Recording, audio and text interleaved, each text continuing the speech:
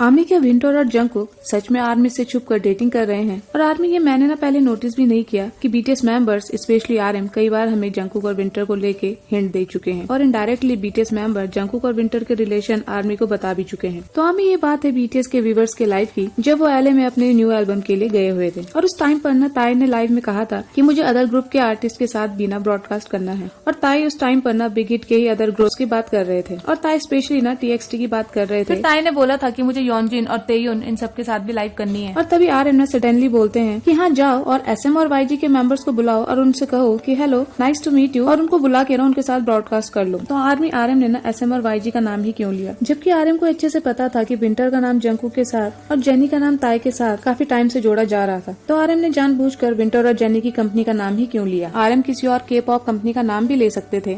और इसी लाइव की स्टार्टिंग में ना जब जिमिन और जंगकुक ने लाइव स्टार्ट की थी, उस टाइम पर जिमिन ना एक गाना बार बार गा रहे थे और जंगकुक की तरफ देखकर हंस भी रहे थे और फिर जंगकुक बिना शाय होकर स्माइल कर रहे थे। तो हमें ये जो गाना जिमिन गा रहे थे ना वो विंटर का ही था। और अभी मैं बीटीएस की लेटेस्ट लाइव की बात करूँ तो उस टाइम पर ना सारे मेंबर्स बीटीएस की अपकमिंग एल्बम आरी रंग के बारे में बात कर रहे थे और उसी टाइम पर ना सडनली जिमिन कहते हैं कि अभी विंटर आ रखा है। और सेम टाइम पर जंगकुक जो कि नॉर्मली बैठ रखे थे वो सडनली स्माइल करने लगते हैं और आरएम भी उसी टाइम पर जंगकुक की तरफ देखने लग जाते हैं। और जिसको देखकर साफ पता चल रहा था कि जिमिन उस टाइम पर जंगकुक और विंटर की डेटिंग को लेकर कुछ स्पॉइलर देना चाह रहे थे। और अभी जंगकुक को जब कैल्विन क्लाइन के इंटरव्यू में पूछा गया कि उनका फेवरेट सीजन कौन सा है, तो उन्होंने तुरंत ही ये बोला कि विंटर मेरा फेवरेट सीजन है क्योंकि विंटर सीजन सबसे ज्यादा रोमांटिक होता है। और उसके बाद काफी सारी आर्मीज को लगता है कि जंगकुक ना इनडायरेक्टली हमें विंटर के बारे में ही बताना चाह रहे थे और इसी वजह से ही ना कई बार बीटीएस मेंबर भी इनडायरेक्टली विंटर का नाम अपनी लाइव में लेते ही रहते हैं ताकि आर्मी जंगकुक और विंटर के बारे में जान सके। क्योंकि आर्मी ये तो हम जानते हैं कि के-पॉप वर्ल्ड में ना डेटिंग को काफी ज्यादा सीक्रेट रखा जाता है